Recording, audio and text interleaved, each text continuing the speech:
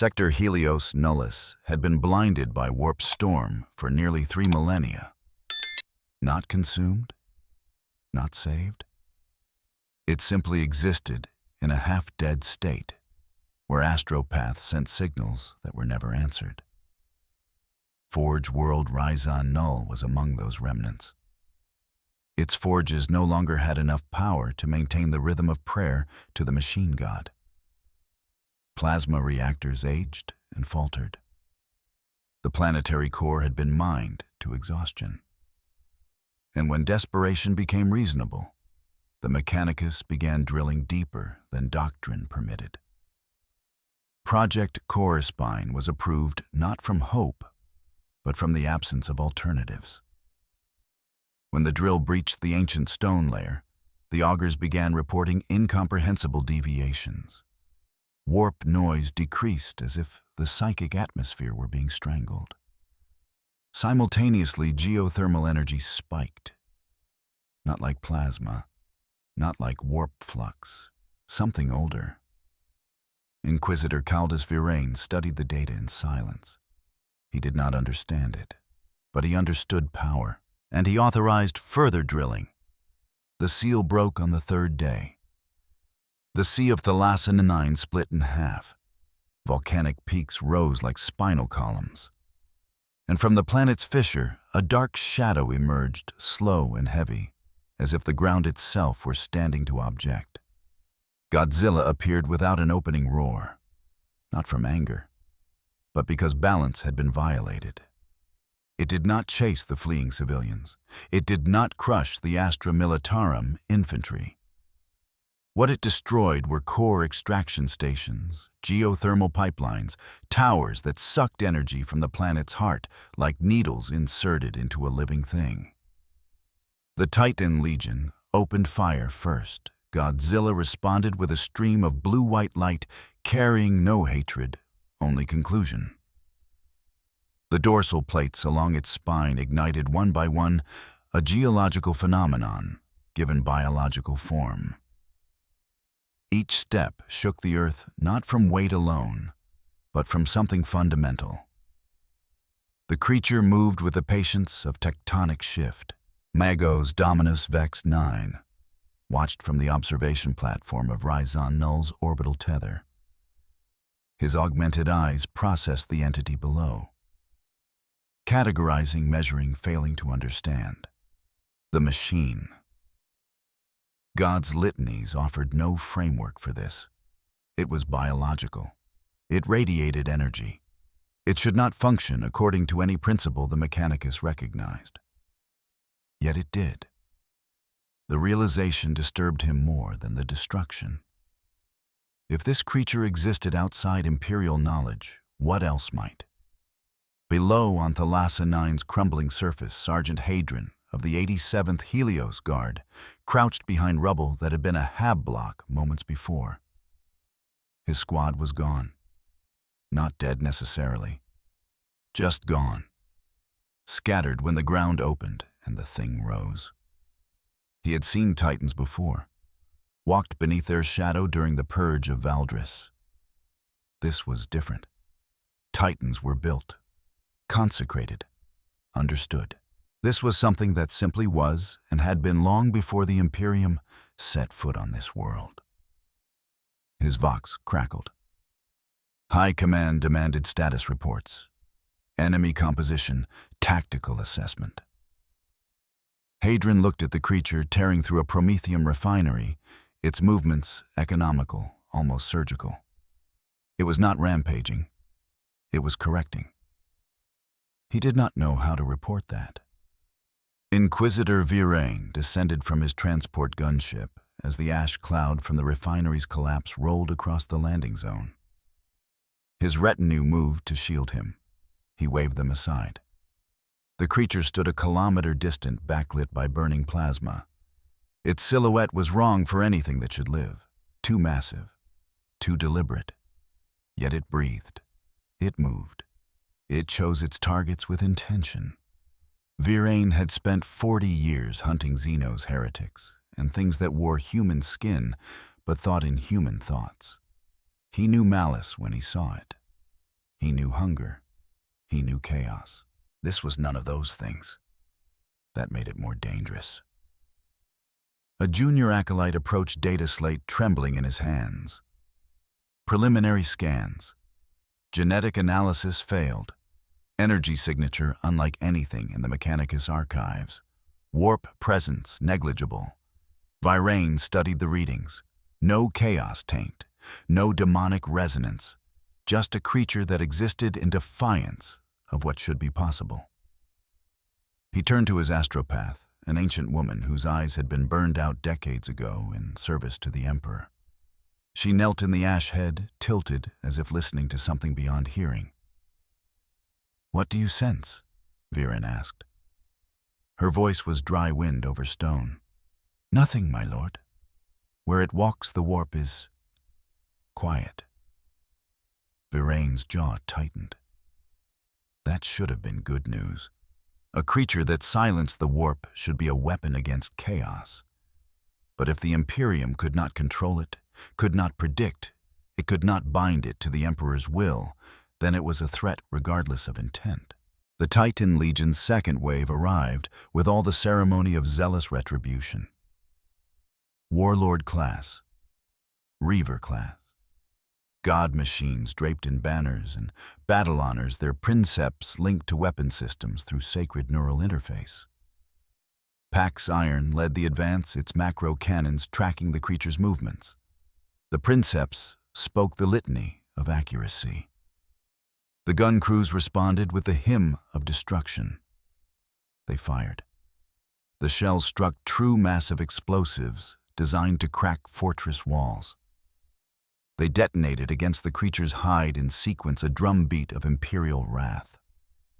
The creature did not fall. It turned slowly with the terrible patience of something that had endured worse.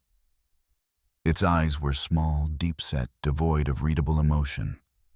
Not rage, not pain, simply awareness. Then it continued toward the geothermal extraction array, ignoring the Titans as if they were an afterthought. Pax Iron fired again. This time the creature responded. The dorsal plates flared brighter.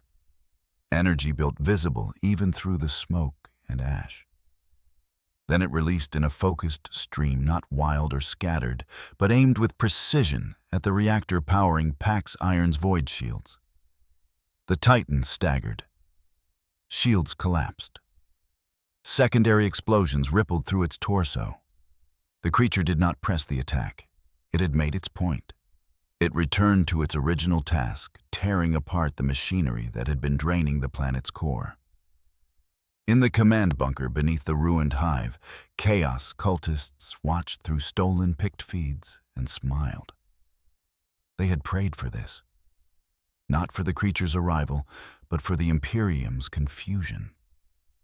The sorcerer, whose name had been burned from records and memory alike, knelt before a makeshift altar. Around him, his followers chanted in voices that had forgotten how to sound human. They did not seek to control the creature. That would be foolish. But they understood something the Imperium did not yet grasp. Where great power walks, greater power is drawn. If this creature was a hole in the warp's fabric, then something else would come to fill it. Not because chaos willed it, but because reality itself abhorred such imbalance. The sorcerer began the second ritual. Not a summoning, not yet. First, they needed an anchor, something to make the barrier between realms thin enough to tear. He looked at the data feed showing the creature dismantling another extraction tower. Perfect. Above in the ashen sky, the warp storm that had isolated Helios Nullis for 3,000 years began to pulse with a different rhythm. Not calming, not intensifying, changing. Inquisitor Virain felt it through the psyker wards on his armor, a shift in pressure. A note off key in a song he barely understood. He raised his vox. Authorization Virain Sigma Black. Prepare contingency protocols. His second in command hesitated. My lord, which protocols? Virain watched the creature tear through another tower, methodical as a surgeon removing a tumor. All of them. The ground continued to shake, not from the creature's footsteps alone, but from something deeper.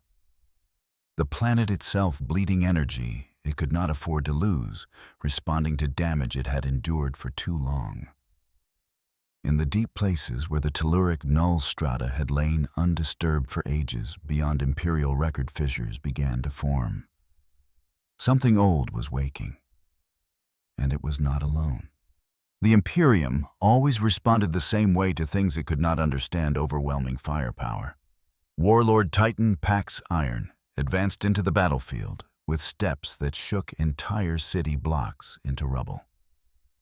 The ecclesiarchy broadcast over vox arrays that this was punishment for heresy and human weakness. The macro cannons roared like violent prayers. Godzilla did not hear those words. It sensed energy. It turned its head not toward the Titan, but toward the plasma grid still pumping the planetary core to the surface. When Pax Iron's weapon struck its flank, Godzilla did not retaliate immediately. It continued moving toward the thing that was bleeding the world dry. Only when it pivoted did the creature strike back. And its aim was not the Titan's bridge or weapons, but the reactor sustaining it. The Titan Legion failed not from lack of strength, but from fighting the wrong war. In the strategium aboard the orbital command station, the tactical displays showed 17 engagement zones across Thalassa 9. Red icons marked Titan casualties. Yellow marked infrastructure collapse. The blue icon representing the creature moved with disturbing consistency, always toward energy extraction sites, never toward population centers. Magos Vex 9 studied the pattern with growing fascination. The creature's behavior was not random destruction. It was corrective surgery. Every target it destroyed had been pulling geothermal energy beyond sustainable limits. He began calculations. If the creature's actions followed this pattern, then mathematically it was not an invader. It was a regulatory mechanism. The planet had a defense system, and humanity had triggered it. The implications were theologically problematic. Inquisitor Virain arrived at the strategium with ash still coating his boots. He had just returned from the surface, where he had witnessed a Reaver Titan torn apart, not through sustained combat, but through 3 precise strikes to critical systems. The creature fought like something that understood Imperial engineering better than it should. "Status," he demanded. The fleet commander gestured to the display. 17 major engagements. Titan Legion reports 60% combat effectiveness. The creature shows no signs of fatigue or injury accumulation. Virain studied the movement pattern. What is it attacking? Power infrastructure, my lord, exclusively. Silence filled the strategium. That single fact changed everything. A mindless beast would rampage. A weapon would kill. This creature was enforcing something. Virain turned to Vex 9. Your assessment, Magos. The Mechanicus priest's mechadendrites twitched with what might have been unease. The entity appears to be responding to energetic imbalance. Our extraction operations have destabilized the planetary core. It is correcting this. So it protects the planet? In a manner of speaking. Vex 9 paused, choosing his words with uncharacteristic care. It maintains equilibrium. We are the disruption it seeks to eliminate. Virain's expression hardened. Then we eliminate it first. But even as he spoke, he knew the Titan Legion was failing. Not from cowardice, not from lack of faith. They were simply fighting an opponent that did not engage on their terms. Below in the ruins of Hive Thalassar, Sergeant Hadrian led what remained of his platoon through streets that no longer resembled streets. The buildings had been melted not by Prometheum fire, but by something that turned stone to glass. They were not retreating. Retreating implied there was somewhere to go. They were surviving moment to moment in the spaces between larger conflicts. A trooper named Kess crouched beside him, staring at the massive footprint embedded in the rockcrete. It was deep enough to stand in. The edges were still warm. "Sarge, what is that thing?" Hadrian had no answer that would help. "Something old. Older than the Emperor." The question was borderline heretical, but Hadrian was too tired to care about doctrine. "Maybe. I don't know." In the distance, another Titan fell. They felt it through the ground before they heard it.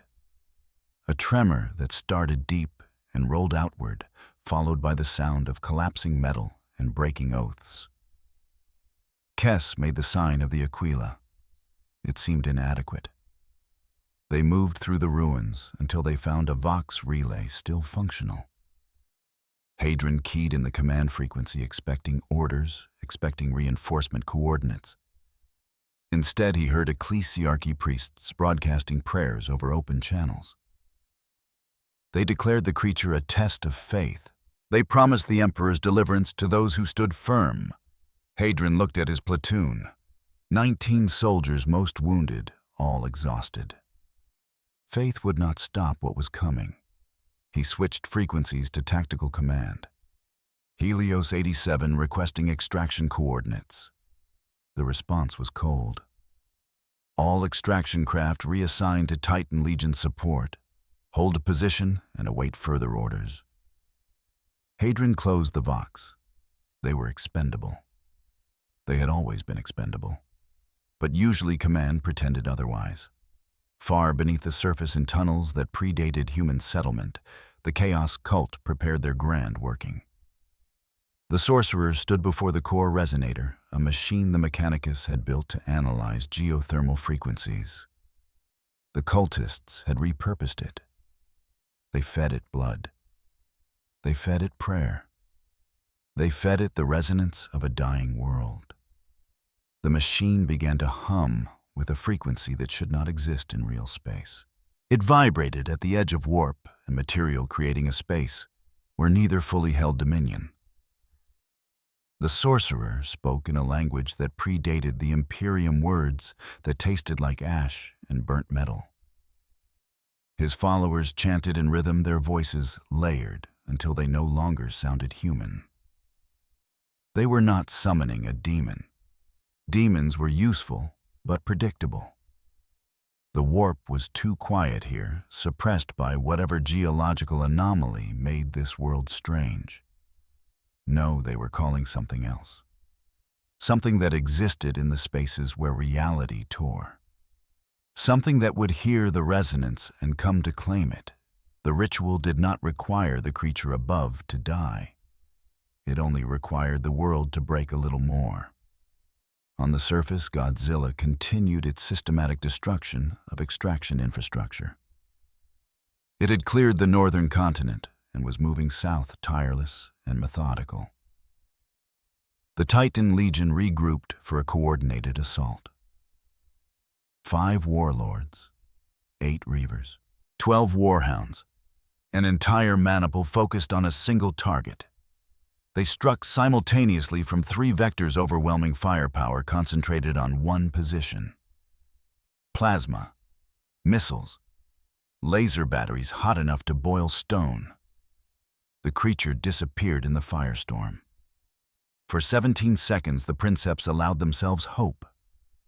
Then the dorsal plates ignited through the smoke brighter than before, and the return fire came, not as scattered bursts, but as a sustained beam that carved through void shields like they were cloth. 3 Titans fell in the first exchange. The rest, scattered tactics abandoned in favor of survival. Godzilla did not pursue. It had made its point. It returned to the plasma grid, which was still operational despite everything, and tore it apart with methodical precision. In the command bunker, Virain watched the engagement through pict feeds and realized something terrible. The creature was not winning through superior strength. It was winning through patience. It could outlast them, outlast their ammunition, outlast their faith. He turned to the astropath.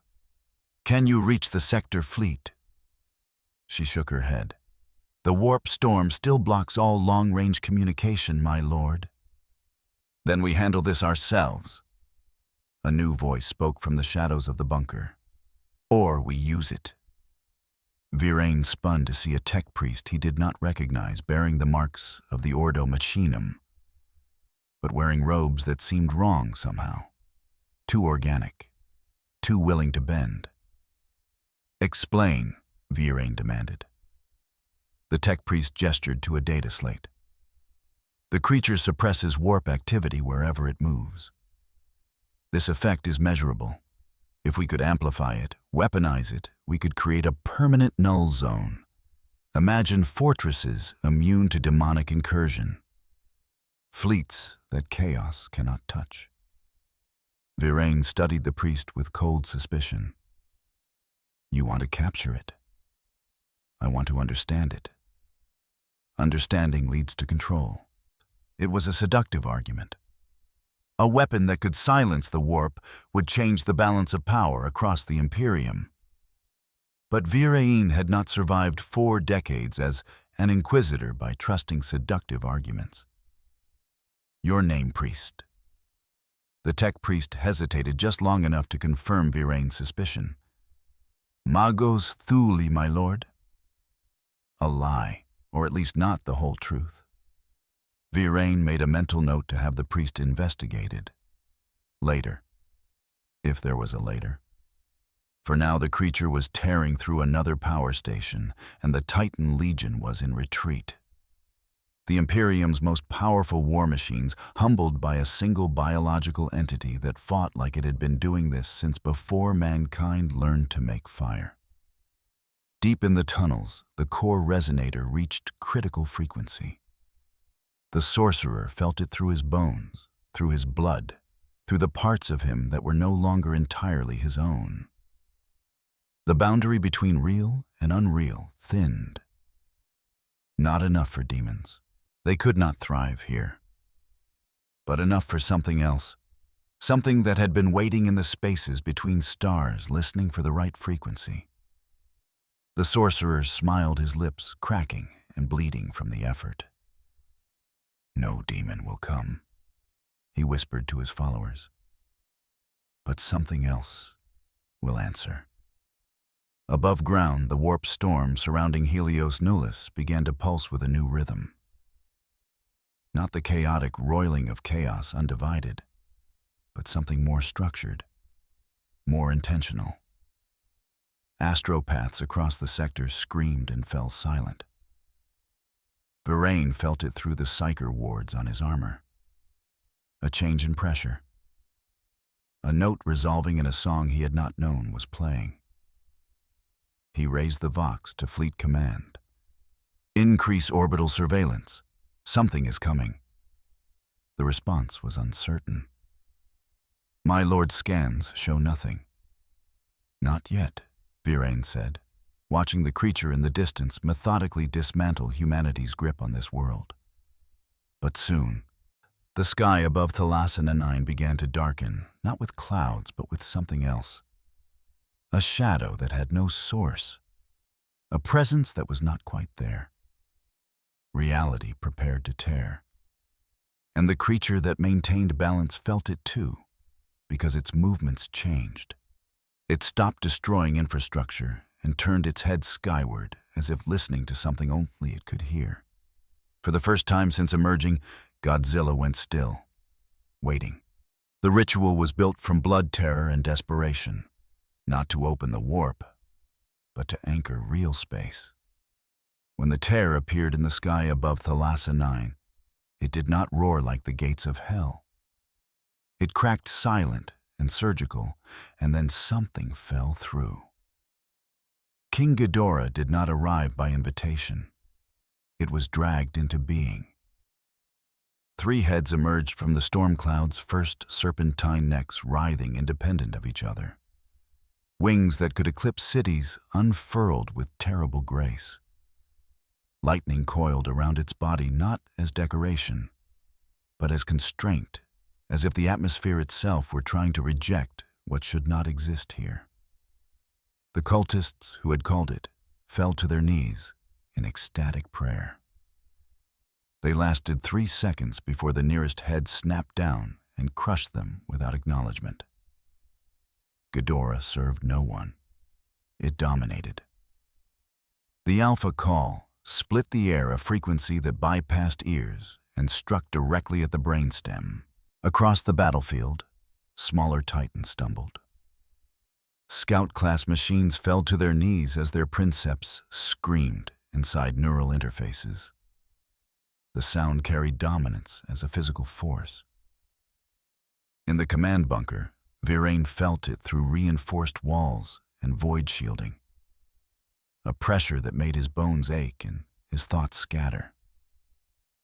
Around him, junior staff collapsed, bleeding from ears and eyes. The astropath shrieked and went silent, her mind briefly touching something so vast and cruel that consciousness could not withstand it. Virain forced himself to stand, to think, to act. He keyed the Vox with shaking hands. All units fall back. Immediate withdrawal too. The transmission died as Ghidorah's electromagnetic field scrambled every Vox channel within 10 kilometers.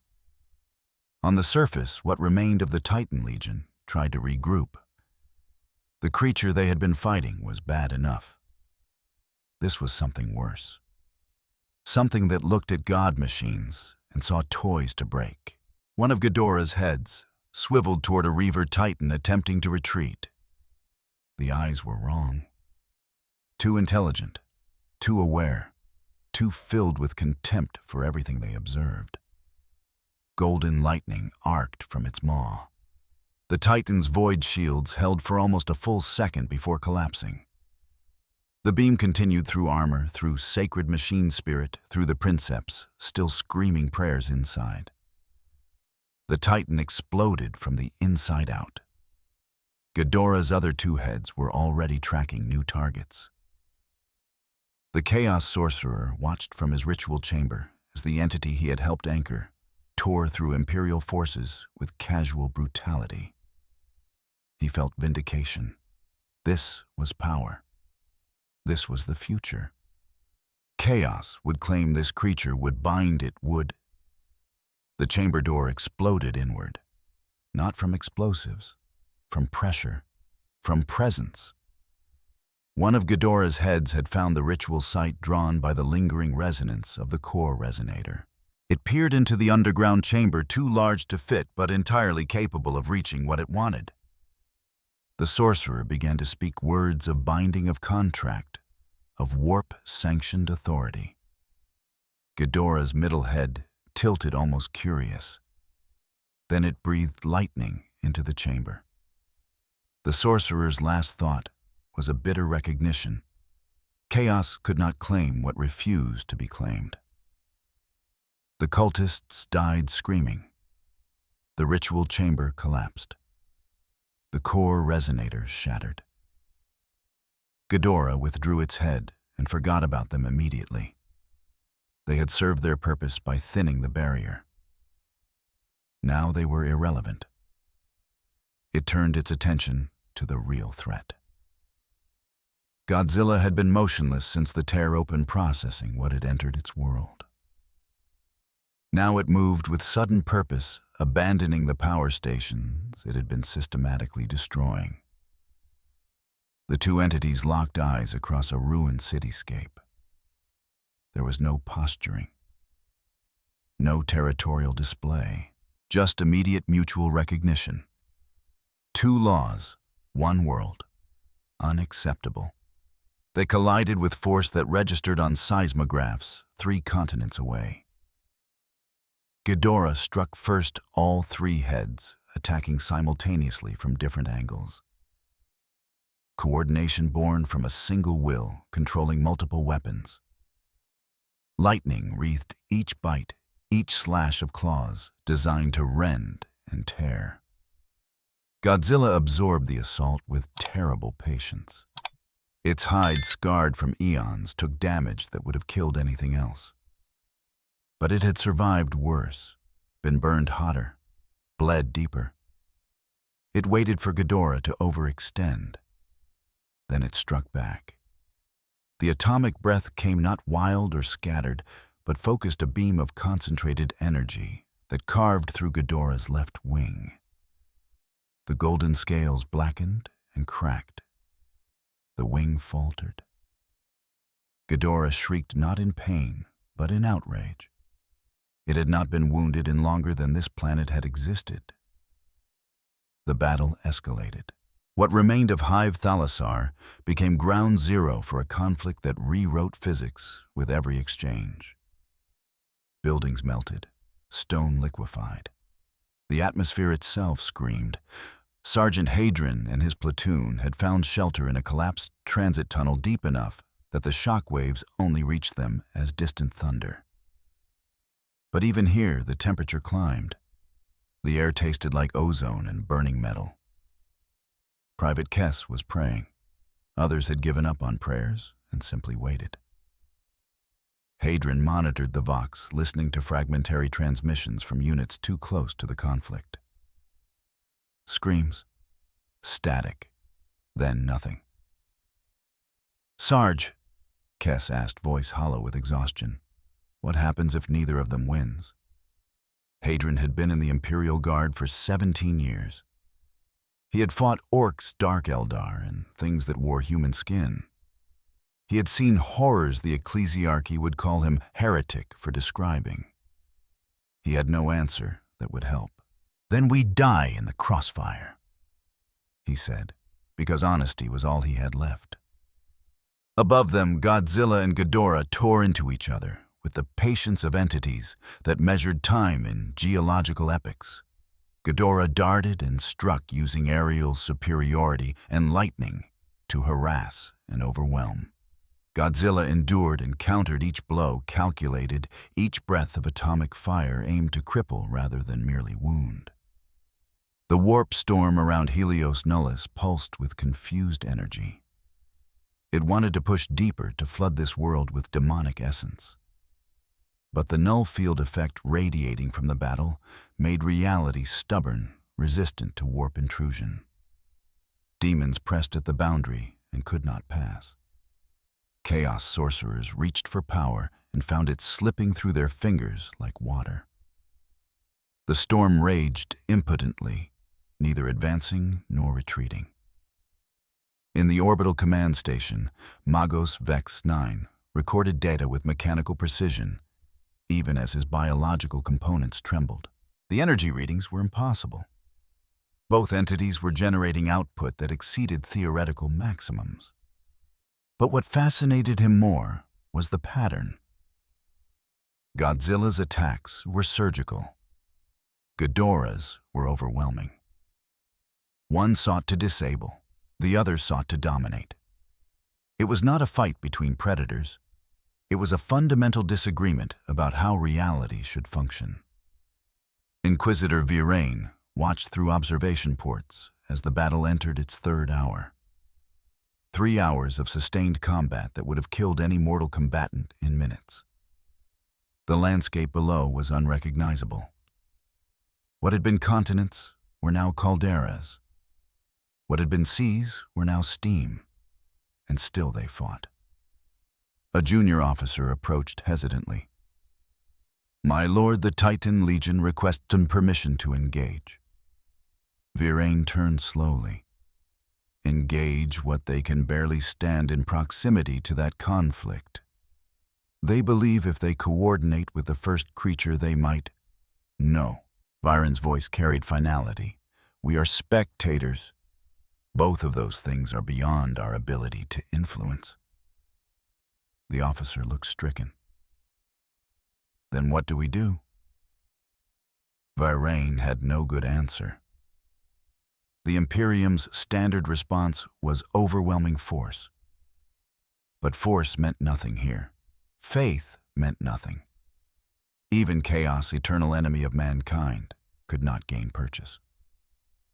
For the first time in his career, Virain felt truly powerless. On the surface, Godzilla began to change its tactics. Ghidorah was faster, more agile, able to strike from multiple angles simultaneously. Direct confrontation favored the three-headed entity.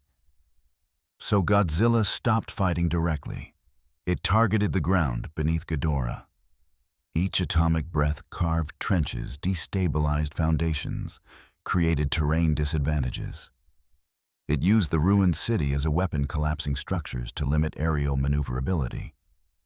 Ghidorah adapted quickly, rising higher using altitude to negate the environmental constraints. Godzilla waited. Then it struck not at Ghidorah, but at the atmospheric layer where lightning formed. The atomic breath detonated in the cloud layer, dispersing the electrical charge Ghidorah used to augment its attacks. For just a moment, the golden entity was diminished. Godzilla surged forward with shocking speed for something so massive. It caught Ghidorah's center head in its jaws and bit down with geological force. Golden blood sprayed across the wasteland.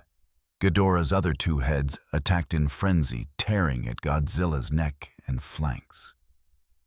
Lightning poured into exposed wounds. The damage was catastrophic. But Godzilla did not let go. It dragged Ghidorah down, using mass and gravity as weapons. They crashed through what remained of the city, through bedrock, into the upper layers of the planetary crust. Deep beneath the surface, in the null strata chambers, Kong heard the battle approaching. The refugees huddled around it looked up in terror as dust rained from the ceiling, and the temperature spiked. Kong made a decision. It could not stop what was coming. But it could be between the destruction and those who could not defend themselves. It moved to the widest chamber entrance and waited, massive arms braced against stone that was already cracking. Above Godzilla and Ghidorah's battle reached a critical threshold. The planetary crust could not withstand the stress. Fissures opened. Magma welled up through cracks that should not exist. Ghidorah finally broke free, all three heads bleeding, one eye blinded, multiple wing membranes torn. It had taken damage it had not experienced in 1,000 worlds. But Godzilla had taken worse. Its dorsal plates were cracked. Entire sections of hide had been burned away. It bled from dozens of deep wounds. They separated, circling each other across a landscape they had reduced to molten ruin. The warp storm above flickered, not from chaos intervention, but from the sheer energetic disruption below. Reality itself was wavering, unsure whether to solidify or fracture. And then something changed. From the deep fissures Godzilla had carved from the torn planetary crust, a golden light began to rise. Not from atomic fire, not from Ghidorah's lightning, from something older. Mothra emerged not from the sky, but from the world's wound. Its wings caught the light of burning cities, bioluminescent patterns shifting through colors that had no names in human language. It had not come for humanity, had not come for the Imperium or chaos. It came because the telluric field that sustained balance on this world was being torn apart. And where Godzilla maintained through force, and Ghidorah dominated through power, Mothra stabilized through sacrifice. Ghidorah's heads tracked this new arrival, calculating, assessing. Godzilla went still, recognition passing through ancient memory. Mothra moved between them. Wings spread wide and began to sing. Not sound. Frequency. A harmonic that resonated with the planetary core itself, with the damaged null strata, with the fundamental forces keeping reality coherent. The song was beautiful and terrible because it carried finality. Ghidorah struck at Mothra, all three heads attacking, as one sensing threat in that harmony. Mothra did not defend itself. It absorbed the lightning, the fury, the domination. And as it died, it released everything it had been holding in perfect equilibrium. The light was blinding. When vision returned, Mothra was gone. Only golden dust remained settling across the scarred battlefield like radioactive snow. And Godzilla had changed. Not transformation, not evolution, optimization. The final configuration of a system designed to maintain balance at any cost. Its dorsal plates burned brighter, its wounds closed with geological patience, every cell aligned toward a single purpose. Ghidorah felt it and understood. This was no longer a fight it could win through attrition. They clashed again, but the dynamic had shifted. Godzilla moved with renewed purpose, each strike more precise, each counterattack more devastating. Ghidorah, wounded and diminished, began to calculate retreat. But the tear it had entered through was closing. Reality was healing, rejecting the intrusion. There was nowhere to go. Godzilla's atomic breath built one final time, brighter than any previous release. It poured everything into this attack. Not hatred, not revenge. Conclusion. The beam struck Ghidorah full force, burning through weakened defenses, through golden scales, through the fundamental energies holding the entity coherent in this reality. Ghidorah screamed with three voices as it was unmade. Not killed, forced out, ejected from a reality that could not sustain its presence alongside a guardian that would never yield. The three-headed entity fragmented, torn between realms, cast back into the spaces between worlds where it had waited before being pulled through. The tears sealed. The warp storm began to calm, not disappear, not surrender, but quiet, as if something had disturbed it enough to force reconsideration. Godzilla stood alone in the center of a dead world, surrounded by the ruins of human civilization and the dust of a sacrifice it had not asked for. It turned toward the remaining Imperial forces, who watched from orbit with weapons armed and prayers on their lips. Then it looked past them toward the damaged planetary core, toward the balance that still needed maintaining. And Inquisitor Virain, watching from the command throne, realized something that made his blood run cold. A law existed here that did not need the Emperor. A balance maintained without Imperial sanction. An order that humanity had not built and could not control. In the theological framework of the Imperium, there was only one word for such a thing: heresy. He reached for the Vox, his hand steady despite what he was about to authorize. "Prepare exterminatus protocols." No one questioned the order. The earthquakes began in the third hour after Ghidorah's expulsion. Not from residual combat damage. From the planet itself responding to wounds too deep to ignore. Thalassa 9 had been mined, drilled, and bled for resources beyond sustainable limits. The battle had simply accelerated what was already inevitable. The ground opened in vast fissures, swallowing what remained of the hives. But these were not random collapses. They revealed chambers beneath spaces, carved into the telluric null strata long before humanity arrived. Refugees fled downward by instinct toward any shelter that might protect them from what was coming from above. Thousands poured into the deep places, carrying wounded and clutching whatever possessions they could save. They found something waiting for them. Kong had emerged from the lower strata when Mothra's death song resonated through the planetary crust. It had felt that frequency in ways it could not articulate, only understand. Something had ended so that something else might continue. Now it stood in the widest cavern, watching as terrified humans stumbled into the darkness. The refugees froze when they saw it. A creature massive enough to crush them all with casual effort. Gray fur matted with blood and stone dust. Eyes that reflected the dim bioluminescence of the cavern walls. A child screamed. Kong did not move toward them, did not raise its arms. It simply watched, waiting to see what they would do. An old woman, a medici judging by the caduceus scarred into her weathered face, stepped forward. Not from courage, from the exhaustion that makes fear irrelevant. "Are you going to kill us?"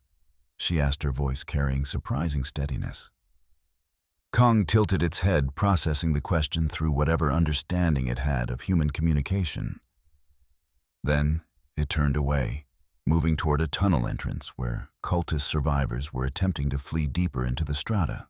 It moved to block their path, a wall of living muscle and deliberate intent. The message was clear even without words. These people were under protection. Anyone threatening them would face something that had just survived proximity to battles between entities that reshaped worlds.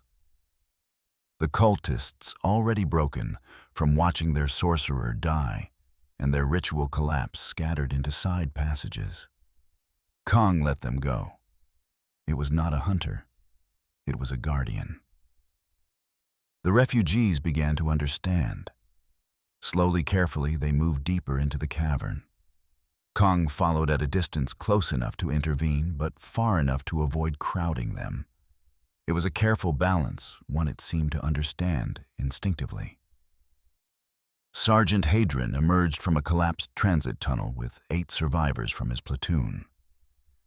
They had been trying to reach an extraction point that no longer existed when the ground opened beneath them.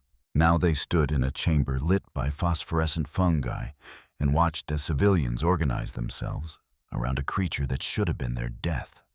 Kess made the sign of the Aquila, though it seemed inadequate for this situation. "Is that thing protecting them, Sarge?" Hadron observed the scene with a soldier's practiced assessment. The creature was positioned between the refugees and multiple tunnel entrances. It moved when cultists or dangerous fauna approached. It did not move when civilians passed nearby. "Yes," he said finally. "I think it is." "Why?"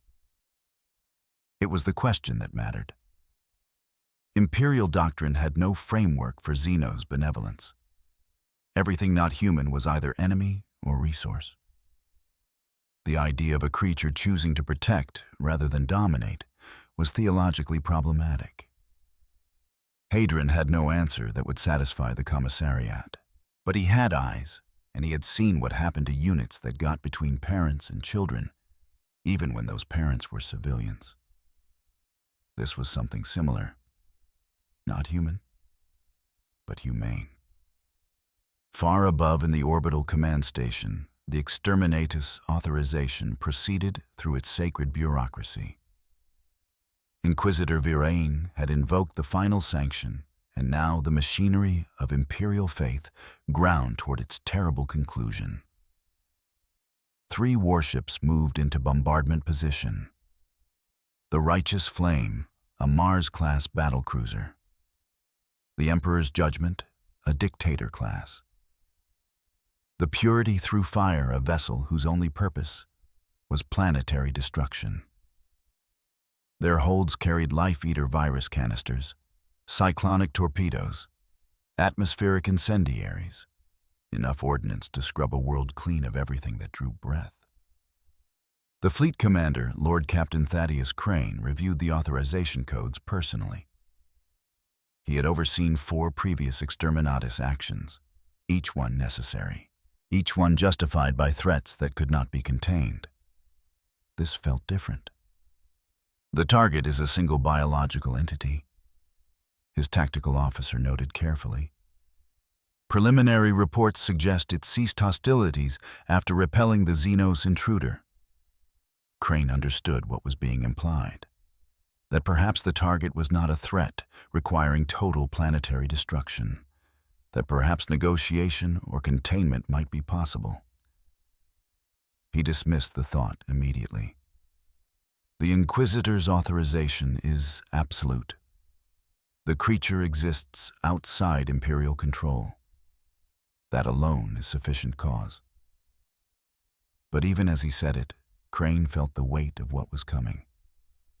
This was not a chaos cult or a genestealer infestation. This was something that had defended a world against an invasion the Imperium could not stop. And they were going to kill it for that. Deep in the null strata, the refugees had begun organizing themselves with the efficiency born from disaster. The Medici set up a triage station. Soldiers from scattered units formed perimeter watches. Civilians who had been tech adepts or engineers assessed the structural stability of the chambers. Kong moved among them like a massive shadow, its presence both reassuring and unsettling. It did not interfere with their organization. But when a section of ceiling began to collapse, it was there bracing fallen stone until people could evacuate. When predators emerged from deeper tunnels drawn by the scent of blood and fear, Kong drove them back with precise strikes. It killed only what directly threatened the refugees. Everything else, it simply displaced. The old Medici found herself working near where the creature rested between patrols. She cleaned wounds on soldiers and civilians alike, her hands steady despite everything. Kong watched her work with what might have been curiosity. She glanced up, meeting those eyes that held too much intelligence for something that could not speak. "You've done this before, haven't you?" she asked quietly. "Protected people." Kong did not respond. Could not respond in any way she would understand as language. But it did not leave either. Hours passed in the deep places.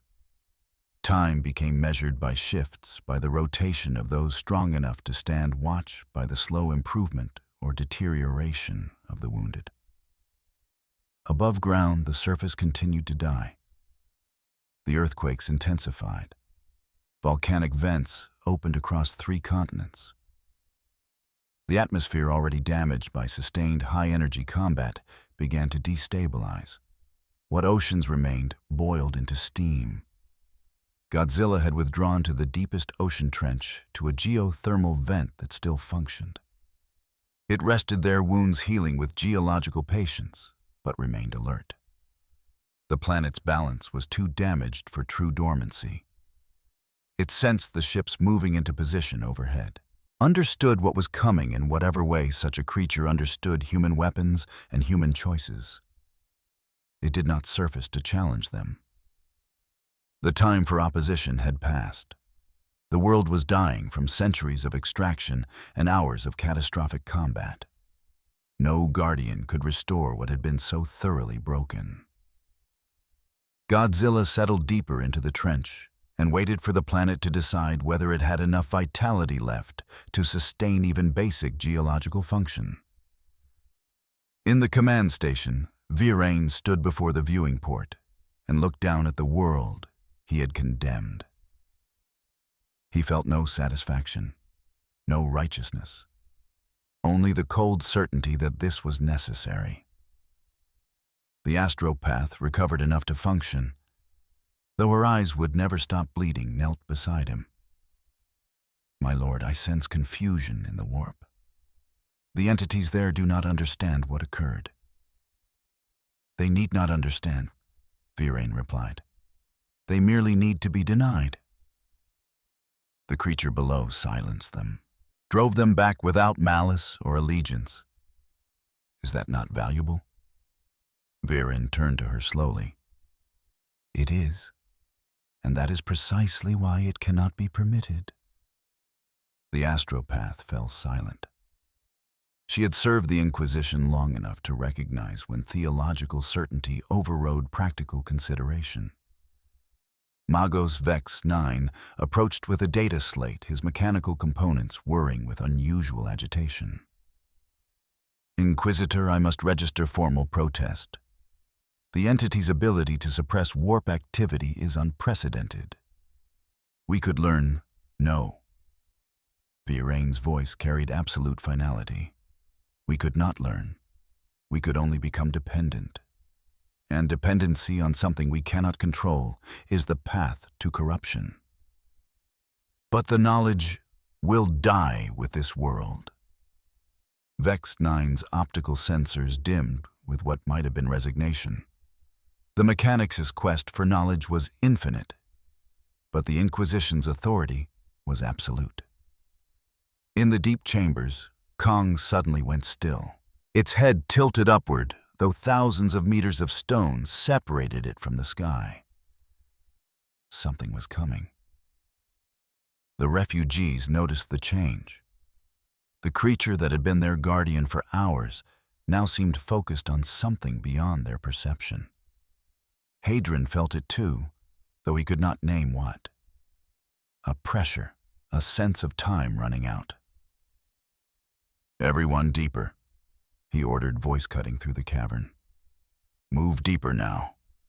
They obeyed without question, soldiers and civilians alike flowing toward the lower tunnels.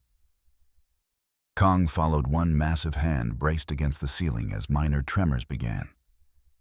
The old medici paused at the tunnel entrance, looking back at the creature. "Thank you," she said, knowing it could not understand the words, but hoping it might understand the intent. Kong met her eyes for a brief moment. Then the first warhead struck the planet's surface. The Life-Eater virus dispersed across the Lhasa 9 in precisely calculated patterns. It devoured organic matter at the molecular level, converting everything living into a flammable sludge. Trees, grasses, bacteria in the soil. Animals too slow to find shelter. Within 20 minutes, the virus had spread across 70% of the surface. Within an hour, the only organic matter remaining above ground existed in sealed bunkers or deep enough underground that the virus could not penetrate. Then came the incendiaries. The accumulated biomass ignited in a firestorm that turned the atmosphere into an oven. Temperatures exceeded 3,000 degrees. Oceans boiled away completely. The sky became flame. The null strata chambers shook. Temperature gauges screamed warnings. The stone itself began to heat through conducting surface temperatures into depths that had been stable for millennia. Kong braced itself in the widest chamber, using its own body to shield the deepest tunnel where refugees had fled. The heat was intense enough that its fur began to smoke. Burns appeared across exposed skin. It did not move. Could not move because behind it were people who could not survive what was coming. Hadrian, deeper in the tunnel system with the main refugee group, felt the temperature spike and understood what the creature was doing. "It's buying us time," he said to no one in particular.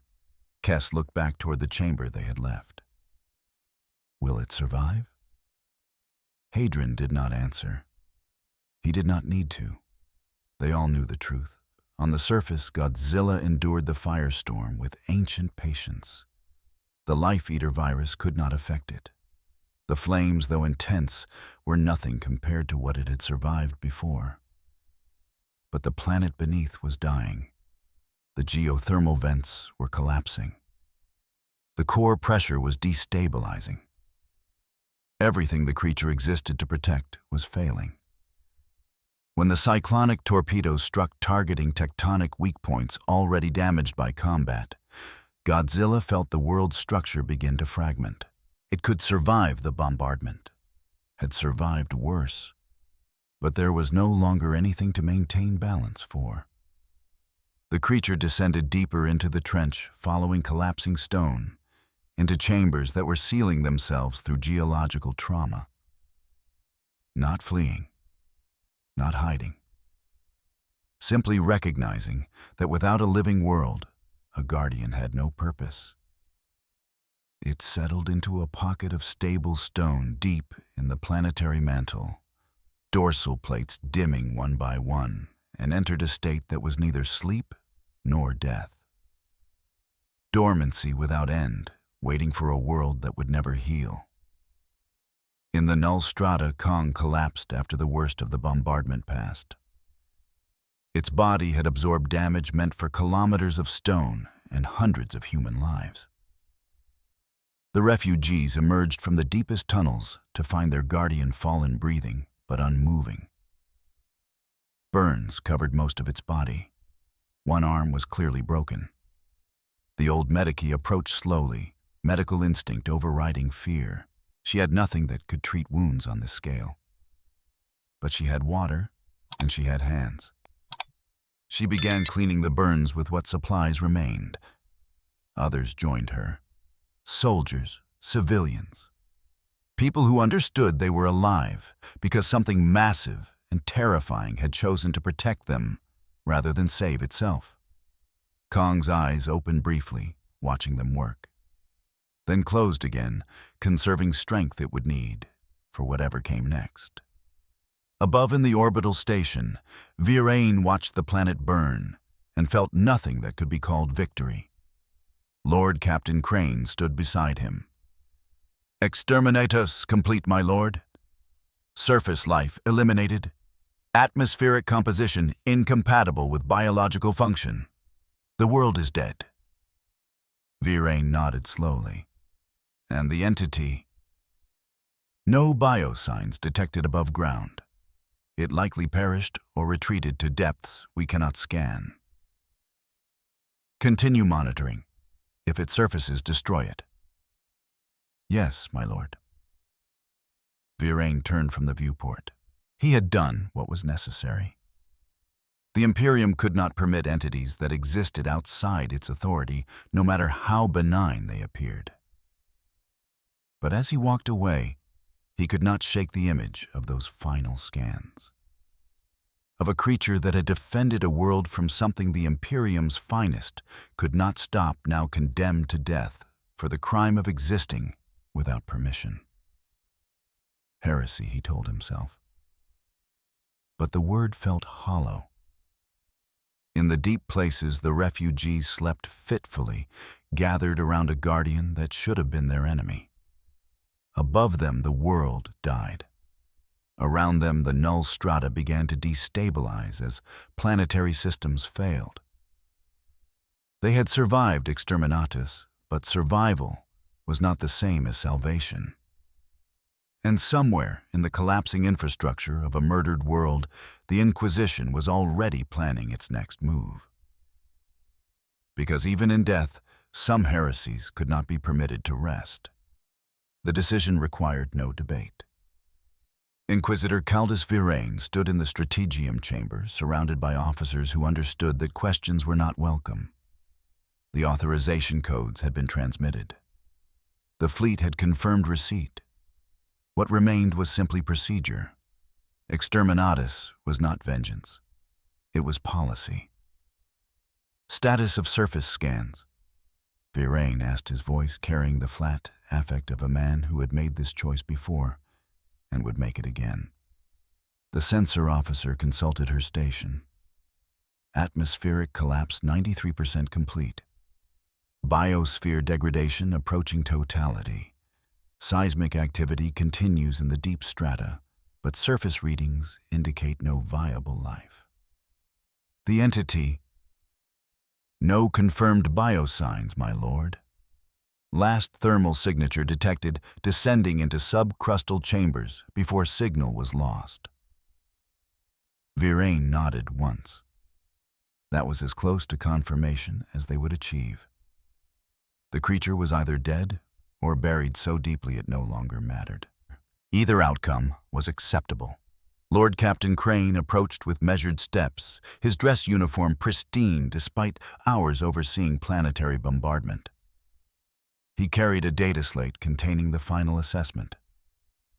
Inquisitor, the Exterminatus protocols have been fulfilled. Thalassa 9 is no longer capable of supporting organized resistance or Xenos presence. By all metrics, the operation is complete. Virain took the slate, but did not read it. He had reviewed these reports enough times to know what they contained. Casualty estimates, resource expenditure, projected time until the planet's core completely destabilized. Civilian survivors, he asked. Crane's expression did not change. Unknown. Deep structure scanning is limited by interference from the null strata. If any survived in sealed environments below critical depth, they would have perhaps weeks before resource depletion or environmental collapse. Not our concern. No, my lord. It was the truth. Imperial doctrine was clear. Exterminatus did not allow for exceptions based on potential survivors. Once authorized, the sanction was absolute. Anyone remaining on the surface or below had been judged expendable the moment the order was given. Virane handed the slate back. Maintain orbital blockade. Nothing leaves the planet. Nothing approaches it. This world is now a graveyard and will remain sealed. And if the entity resurfaces, then we glass whatever remains until there is nothing but cooling slag. Crane saluted and departed to relay the orders. Alone in the strategium, Virane allowed himself a moment of something that was not quite doubt but adjacent to it. He had destroyed a world to eliminate a threat that had by all objective measures defended that world from an invasion the Imperium could not stop. The logic was sound. An entity beyond Imperial control was a threat regardless of its actions. The Imperium could not permit alternatives to its authority, not even benevolent ones, especially not benevolent ones. Because if humanity learned that protection could come from something other than the Emperor, faith would fracture. And faith was the only thing holding the Imperium together. Virane turned from the viewport and began composing his report to the Ordo Xenos. The official record would note that Thalassa 9 had been lost to Xenos incursion and recovered through righteous application of exterminatus protocols. The details about what the Xenos entities actually were would be classified at the highest level. Some truths were too dangerous to record. Deep beneath the dead surface, the null strata chambers continued their slow collapse. The refugees had counted 217 survivors in the first hours after the bombardment ceased. By the third day, that number had dropped to 193. Injuries. Heat exposure. Simple exhaustion claiming those who had nothing left to give. Sergeant Hadron organized the able-bodied into work details. They reinforced unstable sections, rationed water from underground springs that tasted of minerals and heat, tried to make sense of survival when the world above had been murdered. Kong recovered slowly, its massive frame too damaged to move, but stable enough that the old Medici believed it would live. The creature had retreated to the deepest stable chamber, where cooler temperatures and thicker stone provided some measure of safety. The refugees kept watch over it in shifts, not from duty, but from something that felt like gratitude. Kess sat near the creature during the evening rotation, his lasgun across his knees, though there was nothing left to guard against. The cultists were dead. The fauna had been burned away. Only humans remained, and they were too busy surviving to threaten each other. "Do you think it knows we're here?" he asked the darkness. Kong's breathing was slow and deep, each exhalation moving air through the chamber like tide against shore. One eye opened slightly, tracking Kess without hostility. "I'll take that as a yes," Kess muttered. The Medici joined him, settling onto a smooth stone, with the groan of someone whose body had exceeded its operational limits days ago. "How long can we last down here?" Kess asked her. She was quiet for a long time. "Water we have. Heat is manageable in the deeper sections. Food will become critical within 2 weeks. After that..." She did not finish. She did not need to. They would survive exterminatus, only to die slowly in the dark. Kess looked at Kong, the creature that had burned itself protecting them. "Seems unfair. It saved us just so we could starve." "I don't think it considered the aftermath," the Medici replied softly. "I think it simply saw people who needed protecting and did what it does. What it does stands between the weak and what would crush them. Above them, through kilometers of dying stone, the Imperial fleet maintained its vigil. No ships approached, no signals transmitted. The world below was categorized, sealed, and forgotten. Virid did not watch the planet anymore. There was nothing to see, nothing that required his attention. He had moved on to reviewing intelligence reports from other sectors, other threats that needed assessment. Thalassa 9 was simply another entry in a catalog of necessary destructions. But late in the third week after Exterminatus, his astropath reported something unusual. "My lord, I sense persistence below." Viren looked up from his reports. "Elaborate." The astropath's ruined eyes wept constant tears, a side effect of her brief contact with Ghidorah's presence. Not life, not exactly, but something that refuses to end. A will that continues despite all reason. The entity? No, smaller, human scale, and something else. Something watching over them. Viren considered this information carefully. Survivors were expected. The null strata would have provided some shielding. But the astropath's description suggested more than simple humans clinging to existence. She described protection, which meant something was still defending them. He made his decision with the same cold efficiency he had applied to the Exterminatus authorization. Deploy inquisitorial kill teams, deep penetration equipment, locate and eliminate any survivors. The astropath's expression flickered with something that might have been protest. "My lord, they pose no threat. They are trapped, dying slowly. They will expire naturally within. They exist outside Imperial sanction on a condemned world." Viren interrupted. "That alone is sufficient. Even if they are guarded by something that might be valuable. Especially then."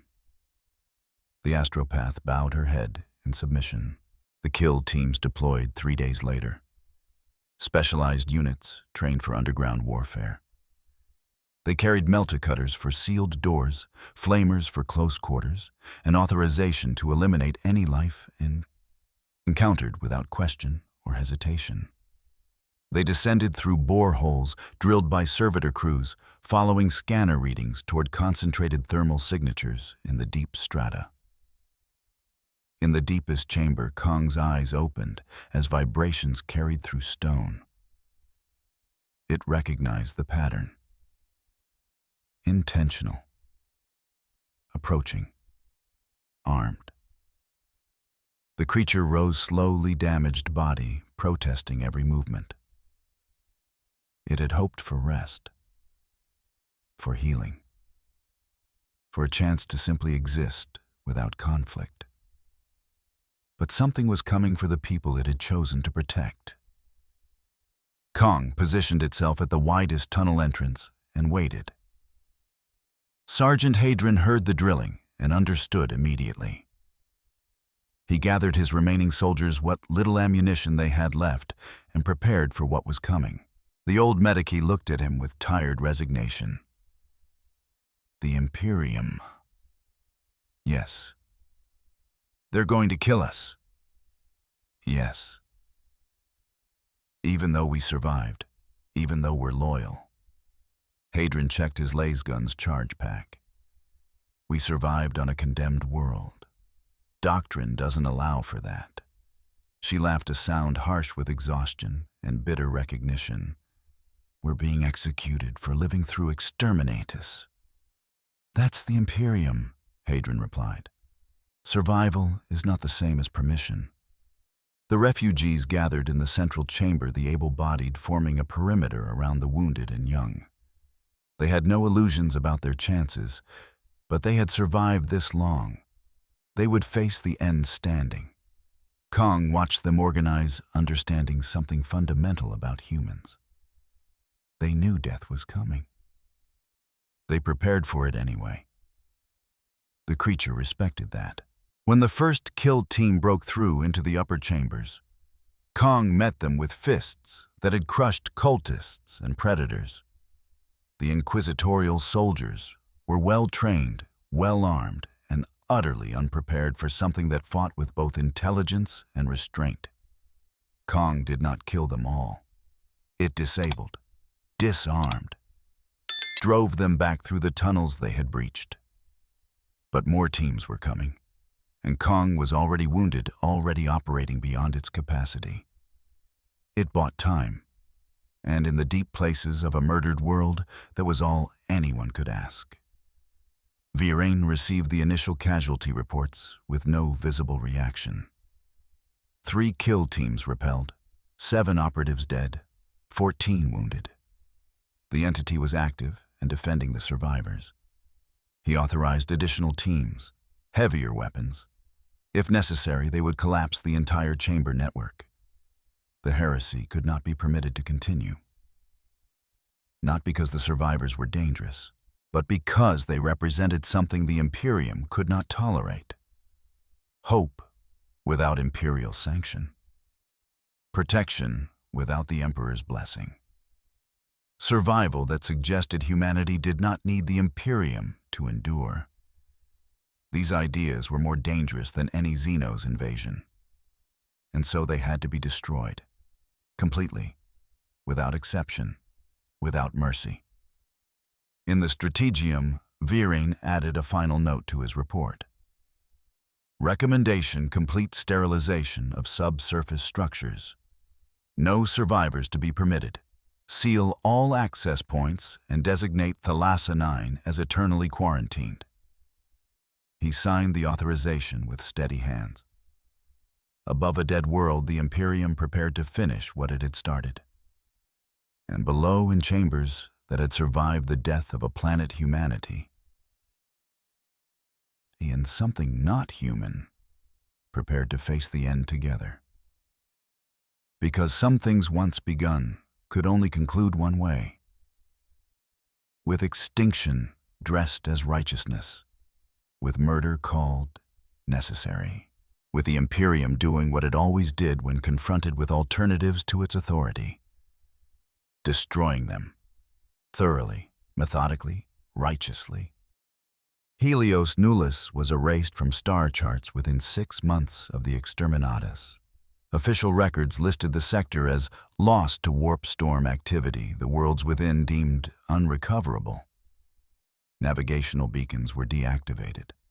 Trade routes were rerouted.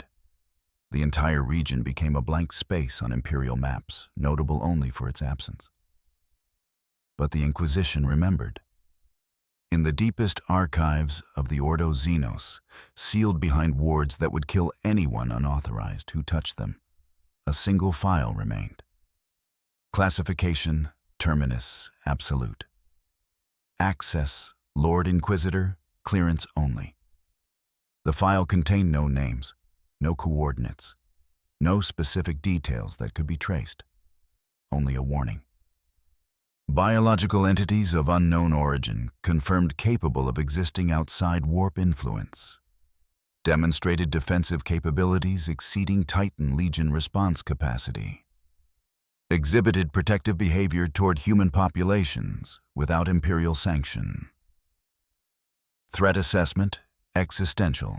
Recommendation: complete information suppression. Any future encounters to be met with immediate exterminatus.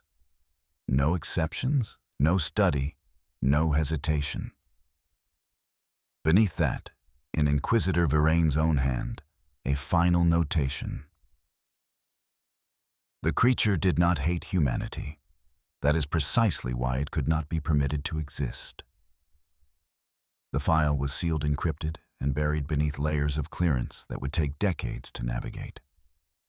It would never be opened again. Deep beneath what had been Thalassa 9, in chambers that should have collapsed months ago, pockets of survival persisted. The null strata, damaged but not destroyed, maintained minimal stability in scattered locations. Underground springs still flowed, heated by geothermal vents that refused to die completely. Bioluminescent fungi spread through the tunnels, creating ecosystems that had never seen sunlight. The human survivors numbered fewer each month. 43 souls by the latest count, though no one counted anymore with any confidence. They lived in the deepest chambers where inquisitorial kill teams could not easily reach moving when vibrations suggested another purge attempt. Kong led them deeper, each time its massive frame a constant presence in tunnels that grew narrower and less stable with every retreat. The creature moved with increasing difficulty, old wounds layered with new ones. But it did not stop. Could not stop because behind it were people who depended on something standing between them and what hunted in the dark. Sergeant Hadron had stopped being a sergeant months ago. Rank meant nothing here. He was simply Hadron now, one of the few still capable of carrying supplies and defending the perimeter when necessary. The old medici had died in the 3rd month. Infection from a wound sustained during a cave-in. They had buried her in a side chamber, marking the spot with stones they could not spare the energy to arrange properly. Private Kess survived, though he spoke less with each passing week. The darkness and the pressure, and the slow realization that rescue would never come, had worn away the parts of him that used to joke and question. They all felt it. The weight of being forgotten, of existing in a space the Imperium had decided should be empty. Sometimes in the deepest hours when sleep refused to come, Hadron would sit near Kong and wonder what the creature thought about their situation. If it regretted choosing to protect them, if it understood that its mercy had condemned it to this slow death in the dark. Kong's eyes would open occasionally, tracking movement in the chamber, always alert for threats that might emerge from the unstable tunnels. Hadron decided the creature did not regret anything. It simply was what it was. A guardian without a kingdom. A protector without permission. A being that existed outside the framework humanity had built to make sense of the universe. And perhaps that was the real heresy. Not that Kong protected humans, but that it suggested humanity did not need the Imperium's specific brand of salvation to survive. High above, beyond kilometers of dead stone and poisoned atmosphere, the Imperial blockade maintained its eternal watch. Ships rotated on schedule. Crews changed shifts. Scan patterns repeated with mechanical precision. Nothing left the planet. Nothing approached it. The vigil would continue until the ships themselves crumbled from age, or until someone in the administratum remembered to officially decommission the blockade. Given Imperial bureaucracy, the ships would likely fall apart first. In the archives, the sealed file gathered dust that no one would disturb. In the deep places, humans and something not human continued their slow march toward extinction. And in the deepest chamber of all, buried beneath pressure that would crush starship hulls, Godzilla remained dormant. Not dead, not sleeping, simply existing in a state of suspension, waiting for a world that would never recover. The dorsal plates had gone dark centuries ago, their glow extinguished when the last geothermal vent failed. The creature's respiration had slowed to intervals measured in years. Its cellular processes operated at the bare minimum required to maintain cohesion. It did not dream, did not plan, did not hope.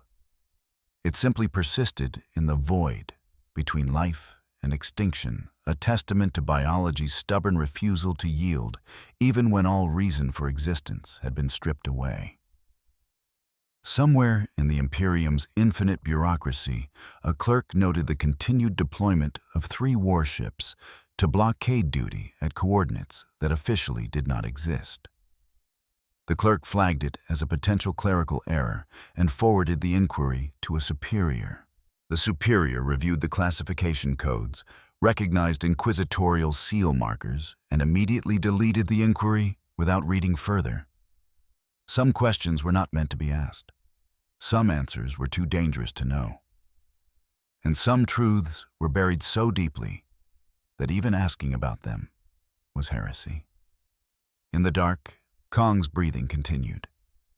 In the dark, human survivors whispered stories about the surface world they would never see again. In the dark, the Imperium hunted for heresy that had already been destroyed.